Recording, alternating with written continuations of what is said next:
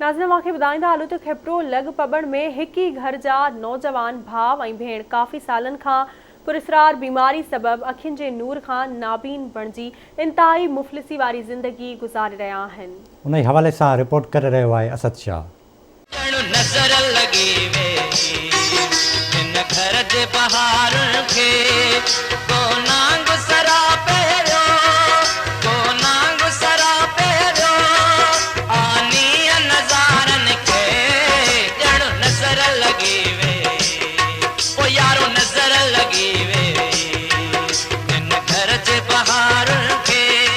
नौजवान औलाद जो दर्द वालदीन जो जीउ झोरे विझे थो। अहिड़ो ई मिसाल खिपरो लॻ पबण जे रहवासी पोरियत अब्दुल मजीद कुंभर जो बि आहे। पोरियत अब्दुल मजीद जे 27 साला नौजवान पुटु काइमदीन ऐं 25 साला न्याणी रज़िया जो जवानीअ जे उमिरि में ईंदे ई पुरस्रार बीमारी सबबि अचानक अखियुनि जो नूर ख़तम थी वियो। संदुन पीरसन वालदीन जो चवणु आहे त न्याणी रज़िया नंढे हूंदे दीनी तालीम तोड़े भर्त जो कमु कंदी हुई ऐं पुटु चौपायो माल चारींदो हुयो। जॾहिं ॿई 16 सालनि जी उमिरि में पहुता त पहिरीं पुटु ऐं बैद में न्याणीअ जो पुरस्रार बीमारी सबबि अखियुनि जो नूर ख़तम थी वियो।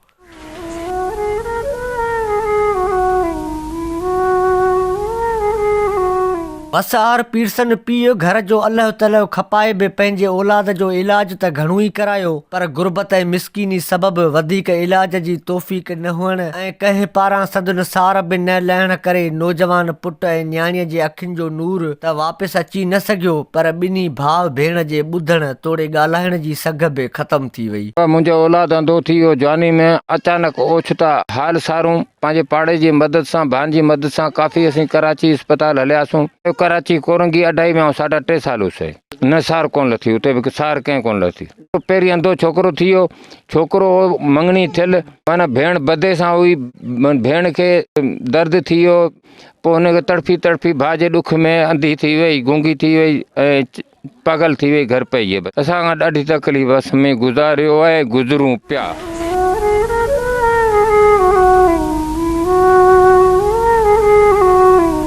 अखियुनि जे नूर खां महरूम बणियल काइमदीन ऐं रज़िया जी अमड़ बेवसी मां अपील कंदे चयो त रोज़ी त मालिक ॾिए थो, पर औलाद जो इलाज करायो वञे।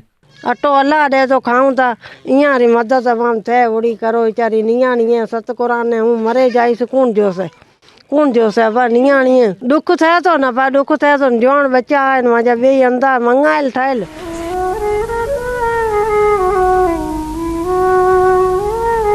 साईं ॾाढी सूरत हाल हिननि जी ॾुखी आहे, वॾो अरसो थी वियो हिननि खां। असीं ॻोठ में रहूं था, हिन जी असीं मदद करियूं था, पर हिन हिसाब सां गवर्नमेंट जो जो आहे को अहिड़ो को माण्हू हिते हली सघे असां न आयो आहे। वोट सभु वठियो था वञनि सभु माण्हू, असीं जेको चवंदासीं ईंदासीं हेल्प कंदासीं। अॼु तक अञा वरियो वापसि केर बि न आहे हिननि मजबूरनि हिननि खां। ज़रूरत इन ॻाल्हि जी आहे त सरहंद माण्हुनि तक जे चूंडियल नुमाइंदनि तोड़े सिंध सरकार खे घुर्जे त हिन ॾुखोयल वालदीन जो दर्द सम्झी संदुन नाबीन औलाद जो इलाज करायो वञे, जीअं हिन ॾुखोयल ख़ानदान जे अङण ते सालनि खां विञायल ख़ुशियूं मोटी अचनि। कैमरामैन सजाद शरफ सां गॾु असद शाह, आवाज़ TV न्यूज़।